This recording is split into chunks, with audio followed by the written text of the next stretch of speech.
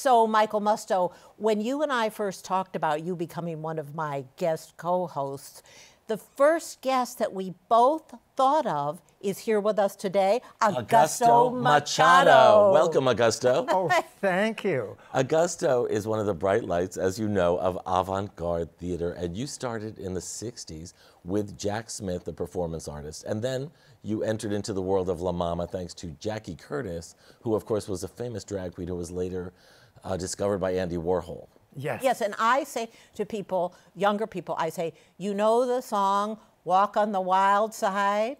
Well, there's Jackie Curtis and Candy Darling, with whom you co-starred in the epic production called Vain Victory, which began in 1971, and I want to show you a little clip of that right now.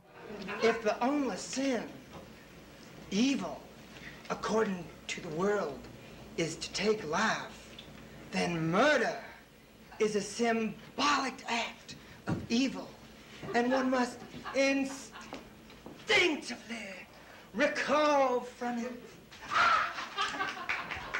Operator. Augusto, what were you playing there? What was your role? I think I'm a loose woman there. Now, you have always said, and you were so wrong, that you have no talent. That already proved that. You have a lot of talent. You're Well, very there's a question presentational. mark of what am I doing? What am I saying? You have said also that you got swept into this theatrical scene almost by accident. It was like Alice falling to the rabbit hole. Yes, and I'm still falling. So it was not a choice that you went after. No, no, no. I tell people that I was a pre-Stonewall Christopher Street queen who got swept up in the revolution of alternative theater, gay rights, anti-war, and I don't know why I was marching with Black Panthers and anything, including the St. Patrick's Day parade. I just had so much fun, and I had no idea where the journey would take me. But there were so many wonderful people, which includes Marsha P. Johnson, whose button I'm wearing, who she and Sylvia Ray Rivera are truly the Stonewall veterans and a continue on of the transgender generation. Yes. So you were pretty much a full-time activist, and then you find yourself on stage at La Mama. How did you make that transition? Well, it's still puzzling, but Jackie Curtis invited me across the footlights, and I told her, Jackie, I really can't sing, dance, or act. And she said, you're even better. You're perfect. Yes. This production, Vain Victory, which I saw in 1971, so it began Earlier. way earlier than that. And I was in college. We came down to the Bowery, and here's all these, what to me were drag queens, doing this endless, what seemed to be very improvisatory show, which was the smash hit of the theater season, and so prescient in terms of where the culture was going, that Jackie Curtis organized all you drug freaks, as you defined yourself, together. Research scientists. Research scientists. What was the quality of Jackie Curtis that she brought all of you together in this way? Well, Jackie Curtis was so all-inclusive. If you, she ran into somebody in the street and they said, oh, could I be in one of your shows? She said, of course, show up tonight. That spontaneity and that people thought was, gee, it doesn't look rehearsed. Well, a lot of it wasn't. The genius of Jackie's plays. Jackie I didn't Curtis, see right. Vain Victory. I saw her later. Well, you're plays. too young. You're too young. Thank you. I said that already, yeah. Well, that they were over-the-top, campy, self-indulgent, and hilarious, and littered with Hollywood references. She was enamored of the old Lana Turner, Maria Montez type of divas. Well, in this clip we showed, Candy Darling was being Gene Eagles. Yes. She was probably doing Kim Novak as As Gene Gene Eagles. I'm Gene Eagles! And she loved Kim Novak. And Kim Novak actually did write, she wrote a fan letter, and Kim Novak actually wrote to her, and thank you so much. And it is in the Andy Warhol Museum. And say about Candy Darling, for those out there who don't know who Candy Darling was. Candy Darling was spectacularly herself, and beauty and her belief. And it was difficult coming from Massapequa out in Long Island. The woman in her spoke. And who had she been in Massapequa? She'd had been her male name, Yes. but she insisted in dressing in girls' outfit. And then she would have to go to school dressed in male drag. and then come back and dress around the house. But She was sort of the downtown answer to Marilyn Monroe, oh, truly. right? Now, you said that it wasn't all rehearsed. How much of what we just saw in that little clip was improvised by you? Oh, no. Oh, I don't know how to do those kind of theatrical things. That was structured, but it was thrown through together. the years, have you improvised on the spot? Well, I don't have a memory. And So you have to You and improvise. me. I have to. And Well, it's so- inspired, and I wish you would stop saying you have no talent. No, it's true. It's that playwrights, I'm in plays, but they can't give me lines because I don't know when to say it, or now, am I saying it now? You know what? I could give you a list of people who really don't have talent. You're not on that list. No, no. But so, now, Augusto, another facet was you were in the orbit of Andy Warhol Yes. back in the day. Carefully. Carefully. Well, say a little bit about that. Why carefully?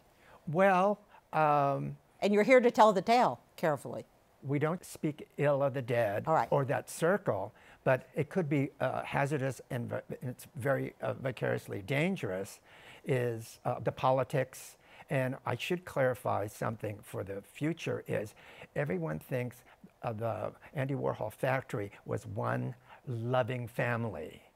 Well, it wasn't, because the drag queens got the attention at every gathering, all the photographers and so forth. And there was that, not quite animosity, but let's say it was jealousy.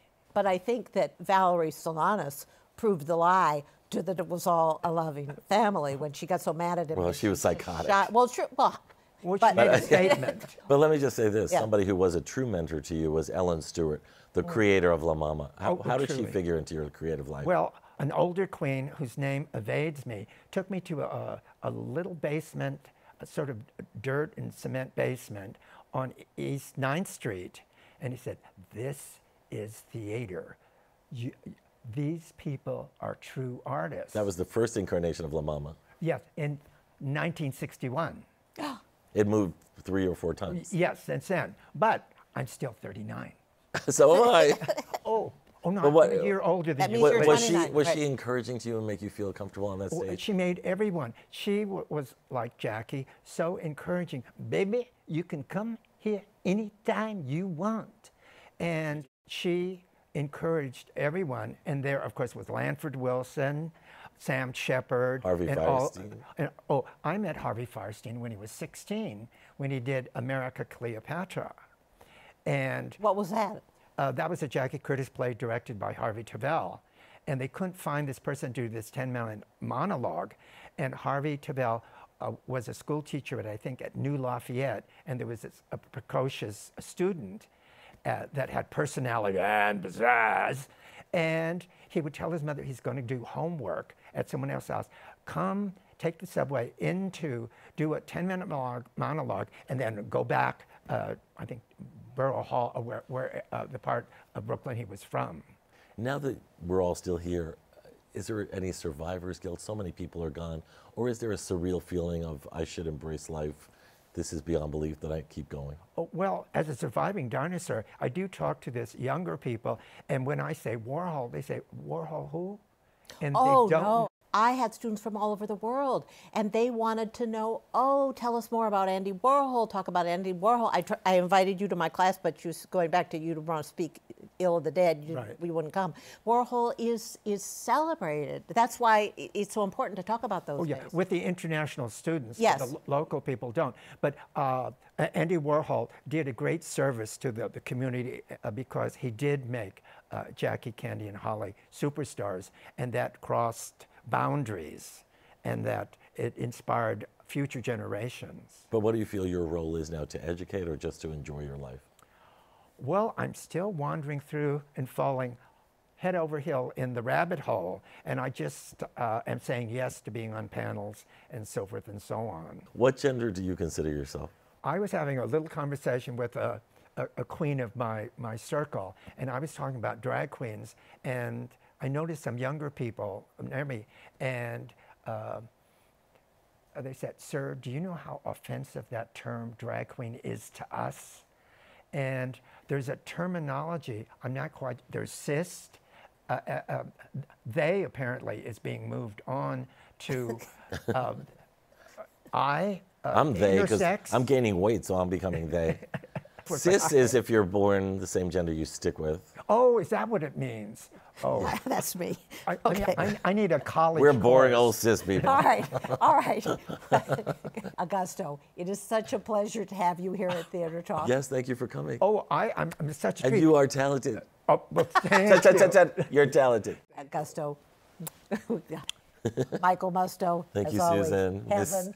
My favorite cis person. Thank you.